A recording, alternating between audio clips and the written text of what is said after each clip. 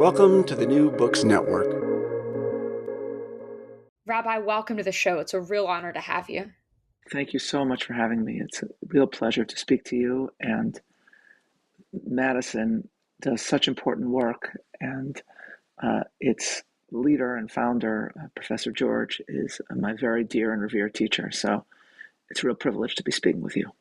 Well, thank you for your kind words. And it was a real privilege to read your book as well, which was super powerful. So I want to kick us off here. You start your story 3,000 years ago, and it's a story about Jewish statesmanship. And yet, for the vast majority of that amount of time, there has been no Jewish state to be statesman towards. So talk a little bit about how that changes maybe the way that we should think about statesmanship and the way that Jewish statesmanship has unraveled as time has gone on. Right. Well, that's precisely one of the reasons I wrote the book, which is that there haven't really been that many works about Jewish statesmanship, to my knowledge.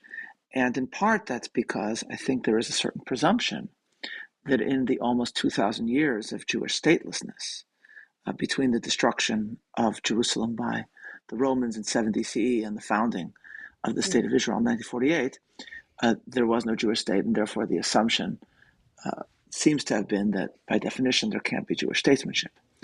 But of course, the marvel of Jewish history is that the Jews continued to think of themselves as a people. And we could talk about what sustained that form of identity, but they continued to think of themselves as a people. And precisely in the trials of Jewish history and Jewish exile, actually were led by some extraordinary figures that engaged those in power on behalf of their people. And of course, that is what statesmanship actually means. One does not need to wield power in order to engage in statesmanship. So just let me give one example from American history. One of the great early moments of American statesmanship came immediately after the outbreak of the American Revolution, when Benjamin Franklin in France sought an alliance with that country against the British. Now, when Franklin was in Paris, going to parties and going to the royal court, he was, of course, and meeting with French nobility and officials. Franklin was, of course, not in any way presenting to the French the pressure of American power. The French had nothing to fear from this nascent country that had just been founded. Rather, he came with a deep understanding of French self-interest, at least as the French saw it. And he understood that the French wanted to deal in embarrassment to British power, and that this would, if rightly cultivated, result in something very, very important for the nascent United States. And of course it did. It's not clear there would have been a Yorktown had it not been for Franklin's diplomacy. So was Franklin wielding power or presenting the threat or pressure of American power when he was in France? No, of course not. But was it one of the great acts of American statesmanship in the history of the country? Absolutely.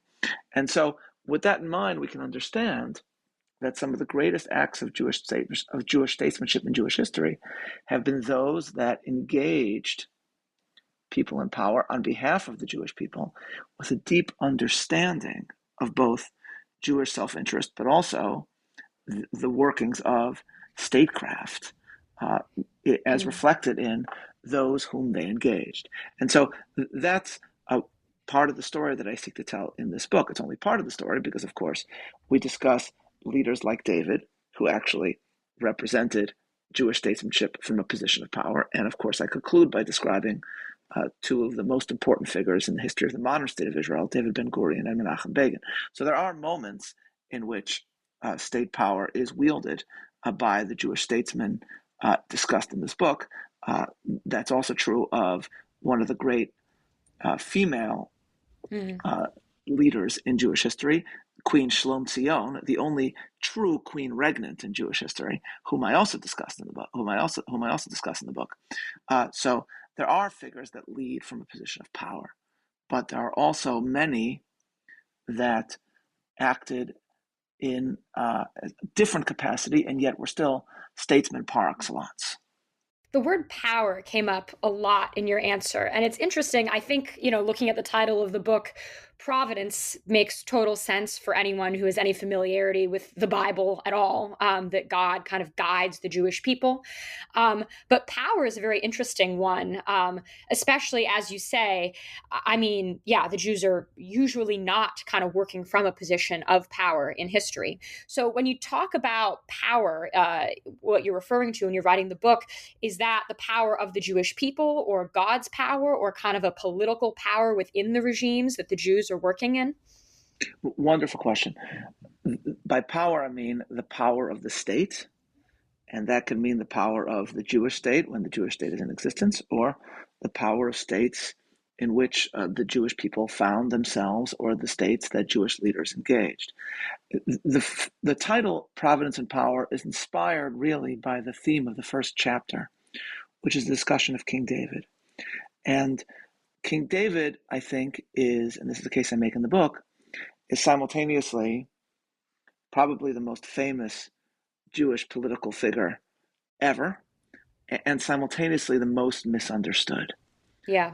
Because the true greatness of David lay not in his brilliance as a military tactician, or his bravery as a warrior, or the power that he wielded as king, though of course these are all features in David's life.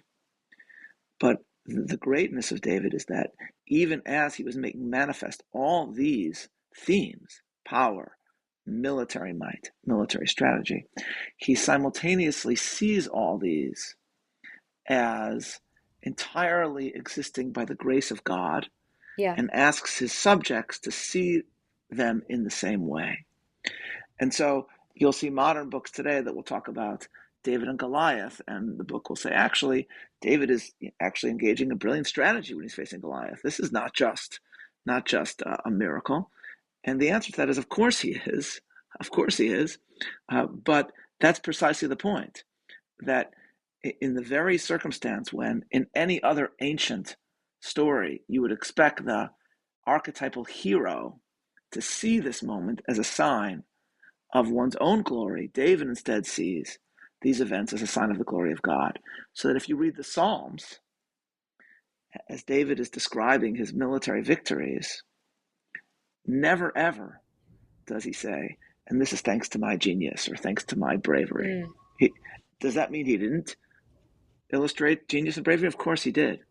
But there's a fascinating dialectic in the Jewish ideal of statesmanship, in which one has to see all power as ultimately existing only by the grace of God, and to place that at the center of one's own statesmanship, and that I think is what makes the great Jewish statesman described in the book not unique, but at the same time an embodiment of a form of statesmanship that is rare. A friend of mine is the great British historian Andrew Roberts, and when I interviewed him about his own biography of Churchill, so we discussed how, of course, one of the themes that comes throughout the book is Churchill's sense of his own destiny, and of course even his own greatness. But one virtue that you would never apply to Churchill was humility. Yeah. And, or as Andrew put it, Churchill believed in God, but in Churchill's theology, God's job was largely taking care of Winston Churchill. Yeah. And then I asked Andrew in our conversation, can you name a single great European statesman who was humble? So Andrew's favorite 19th century statesman is Napoleon. It's not my favorite 19th century statesman, but it's his favorite 19th century statesman. No one would say Napoleon was humble. Not a strong contender. Not at all. I think the greatest 19th century statesman was Lincoln, and actually Lincoln did embody this very same dialectic. There's an amazing letter where Lincoln wrote about the Emancipation Proclamation, one of the boldest acts of statesmanship not just in American history, but in the history of the world. And Lincoln in the letter outlines, this is in the midst of the Civil War, why he chooses to do what he did. But then he says, writing with a deep sense of providence that became much stronger during the war than what he had religiously earlier in life, Lincoln writes something like, I want to emphasize, I do not believe that I have controlled events, but rather that events have controlled me. And that's why, as Paul Johnson wrote, there is no contemporary of Lincoln's that could have ever given a speech like the second inaugural, which is really a sermon. He's not getting up there. He's about to win a war. He doesn't get up there and say, USA, USA, or we did this. He says, there must be a providential reason why this has occurred, and why not just in the South, but in the North, so many have died. And it must be that we are all complicit in the crime of slavery, and we are all guilty. No one ever gave a speech like that before in Western history, really. But of course, he did so because it's deeply inspired by a biblical perspective. It quotes the Bible.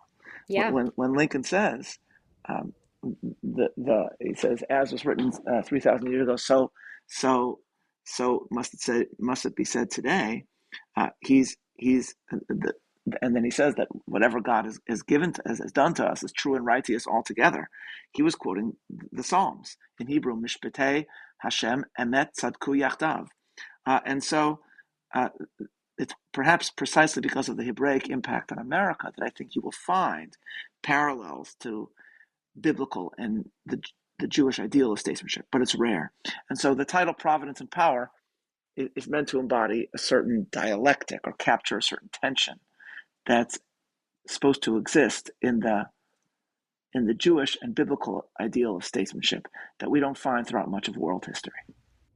Yeah, and I think it's so beautiful. I mean, what you said about Lincoln saying we're all complicit in slavery, because Yes. that is so parallel to the way that the Bible treats David, where he's actually able to acknowledge his own guilt when he messes up. Oh yes.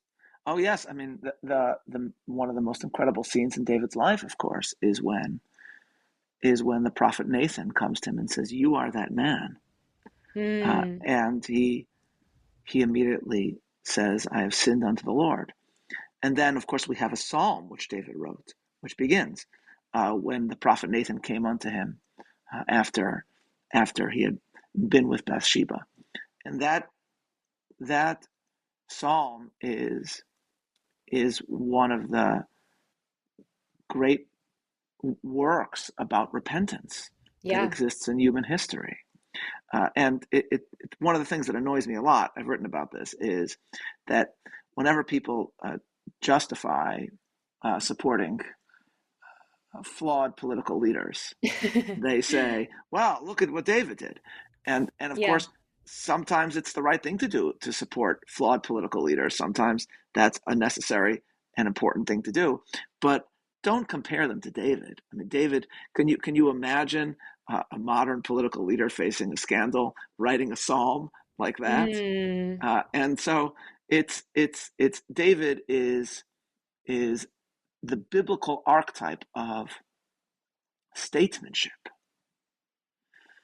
not despite his flaws, but in a certain sense, because David's greatness has to be viewed also through the lens of his failings and his response to them. And that's why, even though, of course, he's very different from, say, Moses, it is David with his deep sense of providence at every point. Moses, of course, has a deep sense of providence as well, but we don't. But we see because David is so much more like us than Moses. We also see what sets David apart from us, which is his deep sense of God's presence in every aspect of life. God is with him when he's angry. God is with him when he's sad. God is with him when he fails and when he falters and when he succeeds. And so if, as the writer Thomas Cahill wrote, that usually in ancient literature, you don't see the interiority of the human being, right? Yeah. We're not given by Homer, what are the Greek warriors thinking deep down in their soul in the midst of battle? David does show that to us. So I would add to that a wonderful point that David also shows us how God and his providence is felt at every one of those moments in the very interiority of his statesman's soul. Yeah, I mean, I think it's interesting. A lot of these examples that you give, David and Shlomsion, are kind of directly preceded by what you could say are pretty negative examples of statesmanship. Before David, you have Saul, and famously, God says to the Jewish people, oh, like they say, we want a king. And God says, no, you don't. And they say, no, really, we do. And the first king he gives them is not the best. And similarly, in the case of Shlomsion, she's married into this Hasmonean dynasty, which is descended from the Maccabees, which in some ways I was surprised they were not in your book, because it's kind of a really famous example of Jewish power. So can you talk a little bit about those examples? Yes. Is God against Jewish statesmanship? So there's so much to say about this. This is really such a great topic. Let's just talk about David and Saul first, and then talk about the Hasmoneans. I'm actually working on a new podcast about the Maccabees. Oh, excellent. And they are really a fascinating story and ultimately a tragic story. The first generation is incredible, and then what follows is tragic. So each one should be examined separately. Let's talk first about David and Saul, if that's okay. So actually, as you mentioned, the people of Israel come to God and say, we want a king. And then there's another phrase they say, like all the nations. We want a king like all the nations. And so what is a king for all the other nations? In the ancient world, a king was marked by glory, which set him apart from the people. And then there's the scene when Saul is chosen, and I'm not exaggerating, almost literally, the people of Israel say, look, he's so tall. Yay, God save the king. Right? And Samuel says that. He says, Hari'item in Hebrew, have you seen the figure that God has chosen?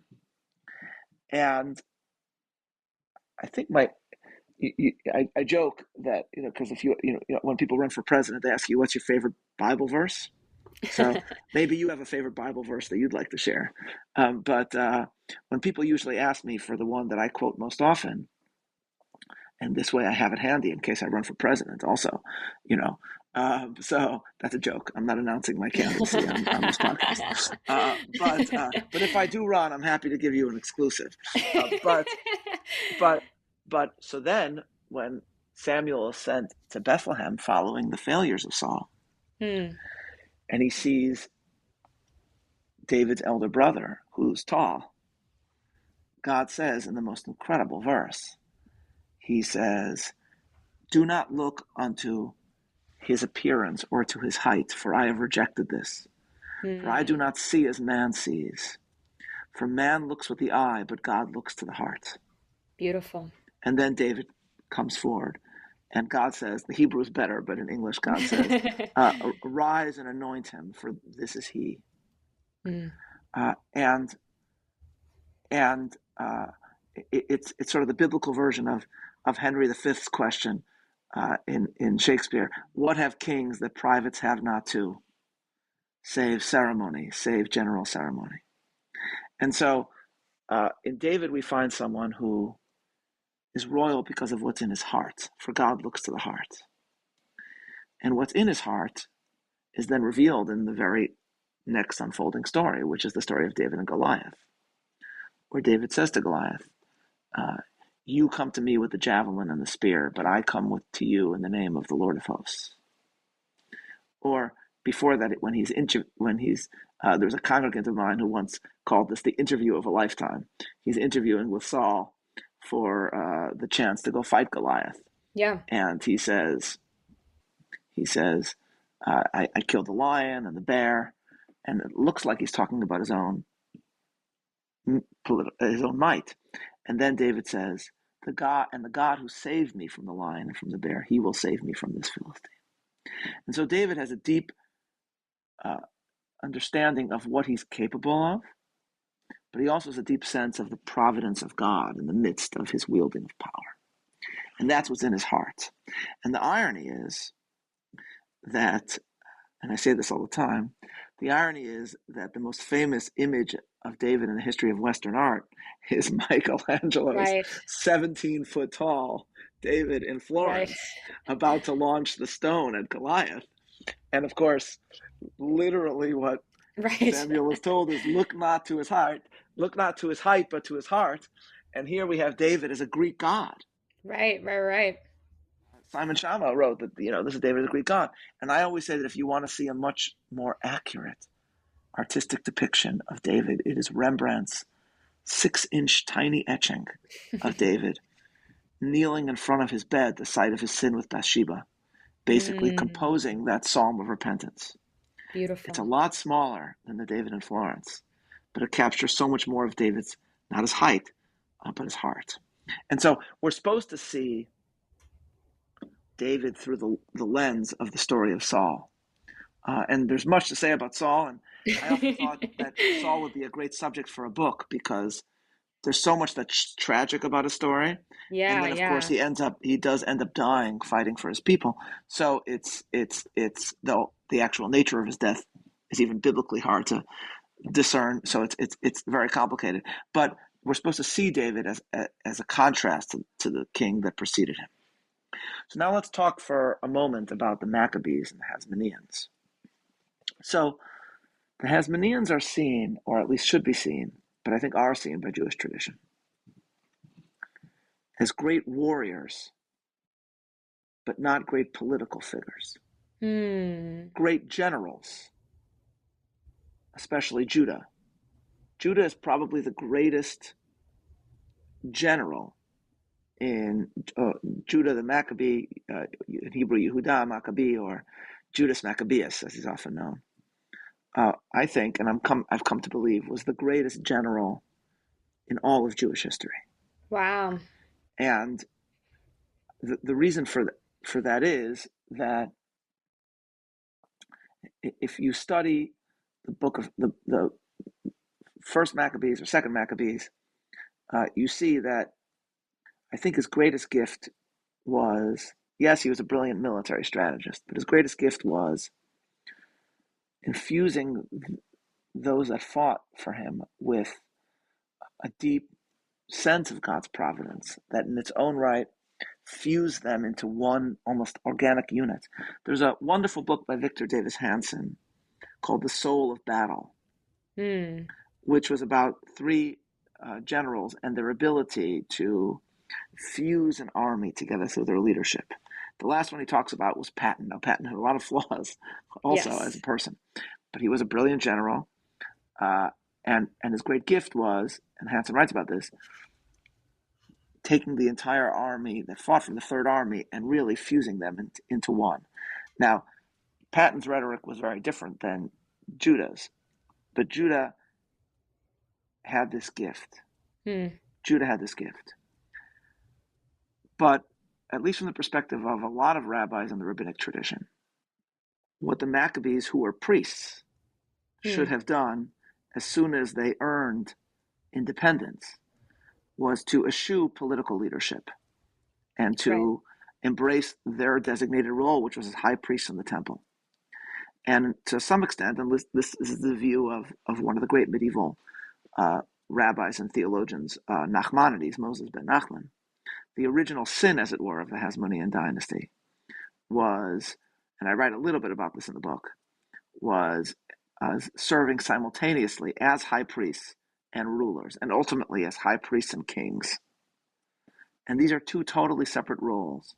Yeah. And so if you read about the first generation of the Maccabees, really, it's not really an accurate term. There's the Hasmoneans. It was just Judah who was called the Maccabee.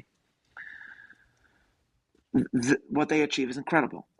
But as soon as the last living member of that generation, Shimon or Simon, earns Judean independence and puts on royal robes along with being high priest. It's all downhill from there. His son-in-law assassinates him. And then by the time you get to 2 generations later, his grandchildren are killing each other. And that's the period in which this extraordinary woman, I think the greatest female leader in Jewish history, Shlom Tzion, arises. But she rises precisely because she doesn't have the flaws that the then kings of the Hasmonean dynasty have. So Jews mark Hanukkah, which is the story of the cleansing of the temple by the Maccabees from pagan desecration. But we don't have any holidays that celebrate the Hasmonean monarchy. Yeah. And for some rabbis, it's because, at least for some rabbis, it's because, some, if not many rabbis, it's precisely because they shouldn't have been monarchs in the first place. It's so interesting the way that you describe the way the Hasmoneans acted when they gained power, because it strikes me as exactly the opposite, basically, of what George Washington did. Yes, that's exactly right. And so, I wonder if you could talk a little bit more about that, about the way that kind of that Judaism, I guess to say Judaism influenced the founding, people argue about that a lot. So maybe it would be a bridge too far to make a firm statement about it. But at least the kind of biblical Judaic spirit that informed it, and how that kind of played a role in the way that the founders treated the founding differently from the way a lot of European leaders. Oh, yes. That's one of my favorite subjects, of course. And I do think that the Hebrew Bible impacted the culture of the founding profoundly. Look, Benjamin Franklin's suggested seal for the United States was Moses and Pharaoh at the splitting of the sea with the motto, "Rebellion to tyrants is obedience to God."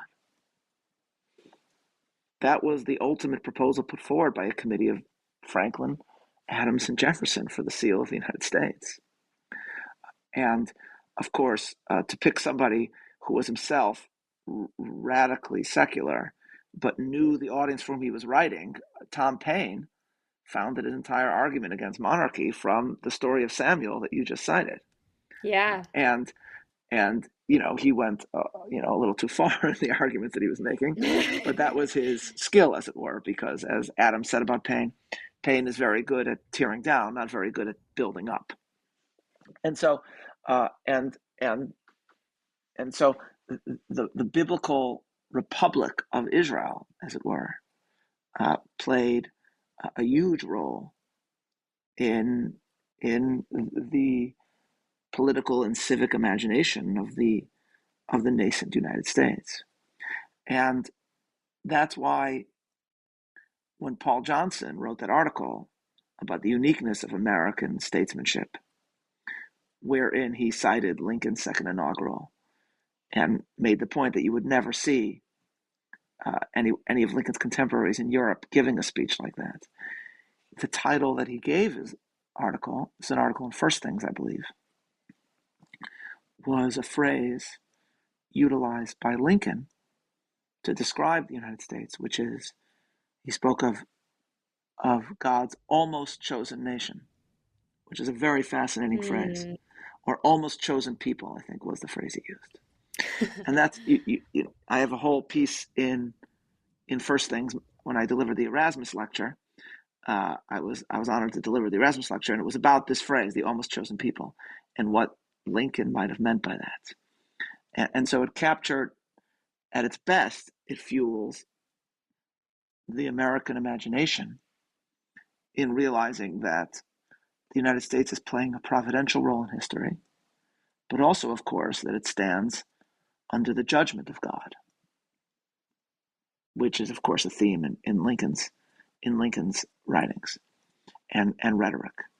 And so there are these incredible moments in American history, the ones that we often celebrate the most, in the examples of Washington and Lincoln, that are so different from those of European victories. You referenced Washington's stepping back from power. What are the two most famous artistic images from the revolutionary period. They are Trumbull's Washington resigning his commission, which is a great act of statesmanlike humility, of which George III is reputed to have said, if he will have done this, he will be the greatest man on earth, meaning because no one would have ever done this. Yeah. Would relinquish power. And then there is Trumbull's Declaration of Independence. Adams, Jefferson, and the rest of the committee presenting the Congress with the draft of the Declaration of Independence, which is, as it were, an embodiment of America's great covenantal moment. And so those are really the two most famous images, I think, of the American founding. Later, of course, in the 19th century, they gave us this Washington crossing the Delaware, which is also famous, but that was painted much later. That was painted much later. And so we could talk for a whole separate hour about how the Hebraic imagination inspired, about how Hebraic texts inspired the United States. But I would urge your listeners to do the following. Probably one of the most famous piece of correspondence from Washington is his letter to the Hebrews, to the Jews of Newport. That's very famous. But even more extraordinary, actually, is Washington's letter to the Jews of Savannah, which almost no one knows. And that was written earlier, because the Jews of America couldn't really come together to send Washington one letter. So they sent him, there was like 1,000 Jews in America, and they sent him 3 letters. But Washington concluded by writing about the miracles of the Exodus and how those are paralleled in the miracles of the Revolution. It's an absolutely amazing letter. And so one could talk endlessly about how the examples of Hebraic statecraft and history inspired the American founding. Yeah, I mean, it's so beautiful the way that you describe it, because finding instances anywhere where people kind of cite the Bible as an example, or a dime a dozen, but finding instances like that with Washington where people really take it on as an action to be performed and really live it out, I think are so rare. That's exactly right. Churchill, to talk about rhetoric again, when did Churchill famously quote the Bible in his wartime speeches? I had a conversation with Larry Arnn, who reminded me of a great Churchill biblical quote after Chamberlain returned from Munich. He cited the book of Daniel, thou hast been weighed in the balance and found wanting. But to my knowledge, in the actual rhetoric of Churchill as prime minister, the only one that comes close is a citation of the book of Maccabees, where he cites a speech by Judah before battle in what's known as Churchill's Be Men of Valor speech. But it's very rare that you'll find Hebraic citations at the heart of his speeches as prime minister. But in America, there's all sorts of fascinating examples of Hebraic allusions, I think, in the story of American statecraft. Well, while I regret it, I have to skip forward in time a little bit. So let's talk. Of course. Let's talk about Menachem Begin and David Ben-Gurion. I think that in your book you present a couple of examples of types of leaders where there are kind of two different leaders who take different approaches and both achieve good things. I think the other really interesting example that I hadn't thought about, but which is so true, is Esther and Mordechai. Yes. And how people are able to kind of take two things that are important, having like a strong moral compass and having kind of the political wherewithal to make things happen, and combine them to be really, really powerful. So can you talk a little bit about how Menachem Begin and David Ben-Gurion, how their kind of different strategies both wound up combined being so successful in the foundation of the state of Israel? Sure. So cards on the table. I'm a little biased because Menachem Begin is my hero, and he came from the Jewish community in Eastern Europe, where my family were members served as the rabbis, and to this day the Soloveichik family is affiliated with the Yiddish name of that community, Brisk, about which Menachem Begin spoke often. So I conclude with Begin because I believe him to have been the great modern archetype of Davidic style statesmanship, by which I mean an embodiment of the blending of power with a deep sense of providence. And I recognize Ben Gurion as having been the most important person in the birth of the state of Israel, meaning in 1948, and in its survival and endurance in the war that came upon it, as it was founded, or in the midst, which had already been going on already, even before the moment of the founding. And so I ponder both the importance of Ben Gurion and how essential he is to the to the Israeli story, and yet how the contrasts, because his approach to faith was not very traditional, how an understanding of Ben Gurion's achievements allows us to also contrast him with Menachem Begin. And what I conclude with is, I conclude by reflecting on how strikingly the Israel that we see today is much, much more an Israeli society that reflects Begin's perspective than Ben Gurion's. And so in a certain sense,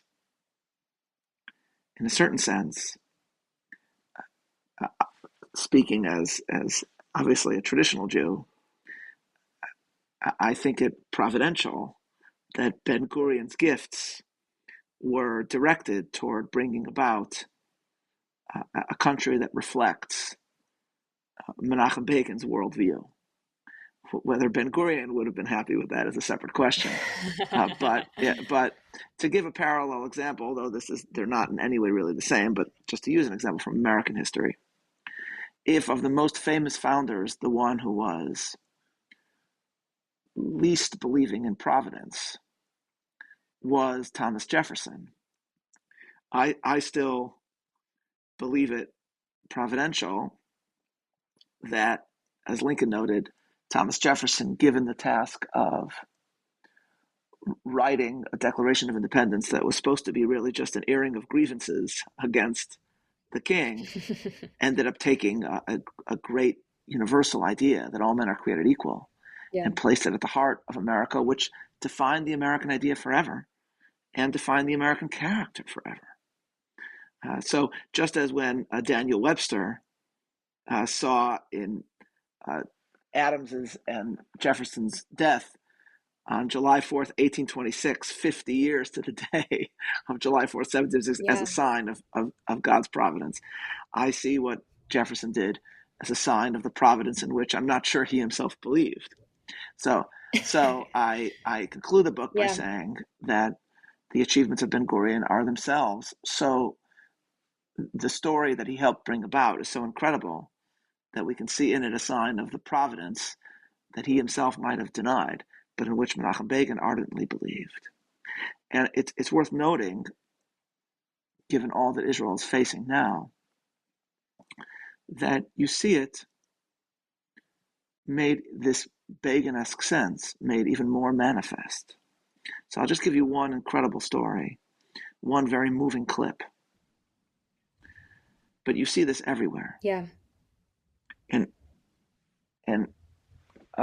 it's really quite striking. There was a clip that came maybe 2 weeks after the horrendously evil attack that Hamas launched on Israel. Yeah. So of the multitudes of hostages that were taken, Israel succeeded in liberating one. Yeah.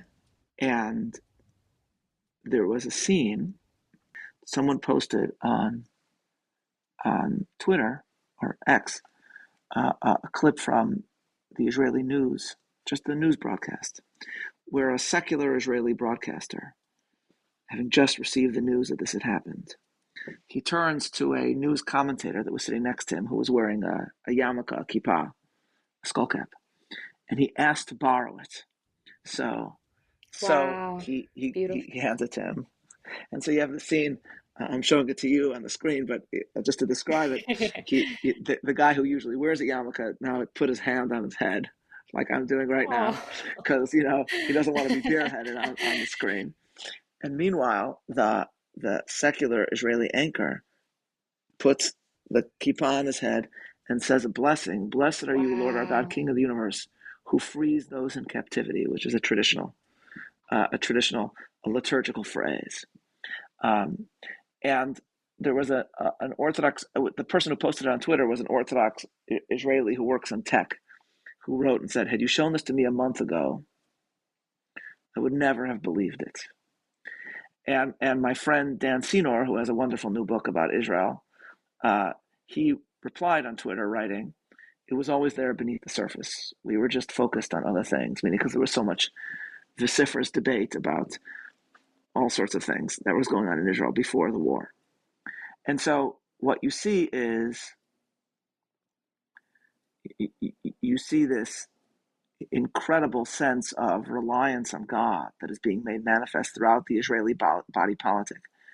Not a faith that means, therefore, they shouldn't fight. Of course they're fighting. Right. They're engaging in the ultimate waging of power, which is war. But at the same time, there's a deep sense of reliance on providence, and that this is one more chapter in the millennia-long story of the Jewish people. And so you see the Begin-esque approach to statecraft and to the Jewish state, really just coming to the surface everywhere in Israel today.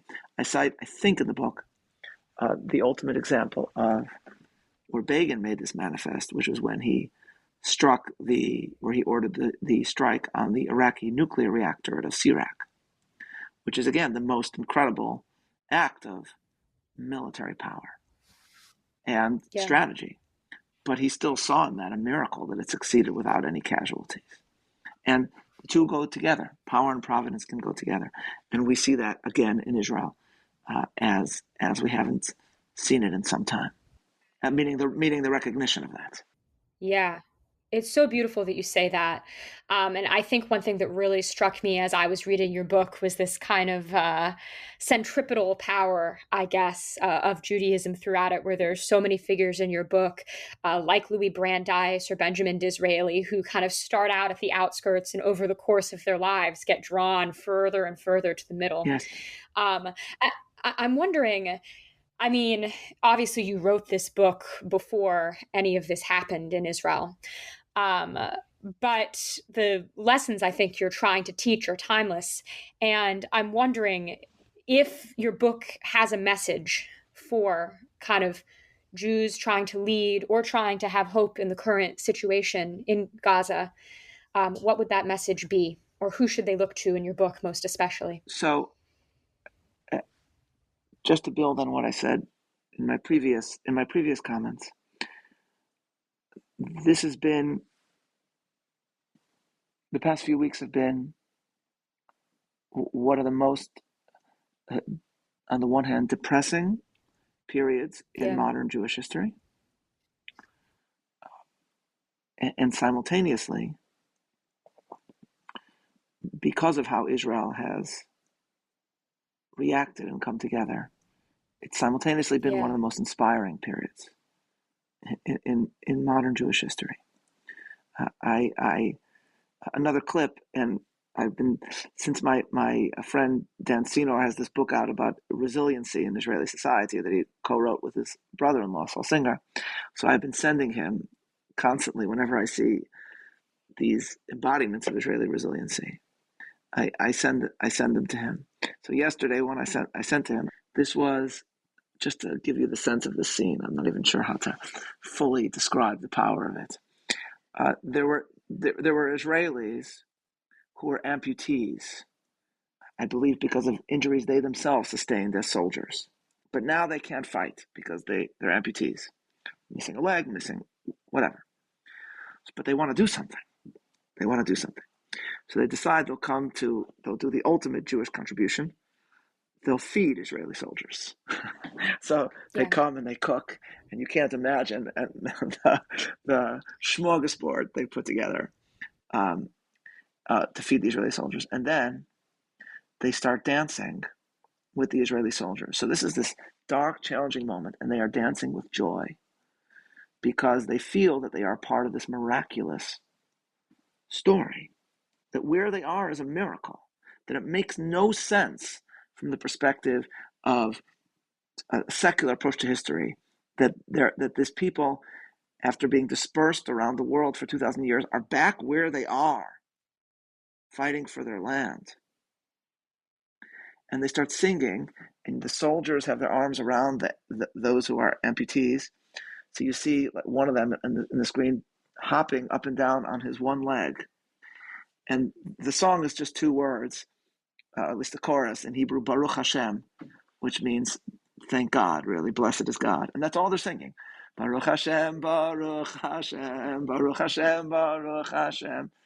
And you might think of this and you say, thank God, you've just suffered this terrible attack. You yourself, the one in the foreground of the camera, has lost a leg. Yeah. But that's what they really believe and understand, what a privilege it is to be part of this story. So the phrase with which I begin the book and the phrase with which I end the epilogue is a traditional Talmudic phrase, which is in Hebrew, David Melech Yisrael Chai V'Kayam. King David lives and endures, by which we mean that his vision of the Jewish people as a providentially guided people and a providentially preserved people, that idea lives and endures.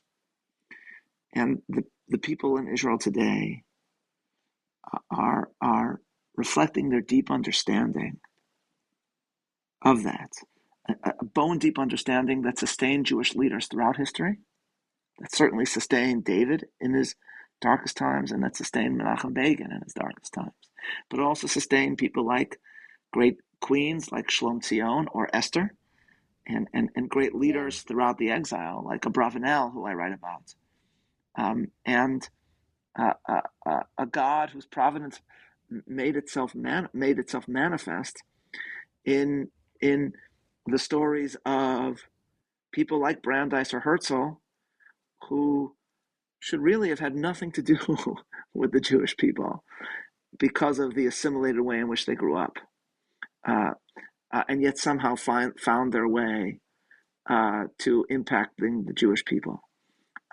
reflecting the providence that Disraeli, who in a certain sense has a very different story, because he grew up within a Jewish community and then was baptized by his father at 12, but continued to see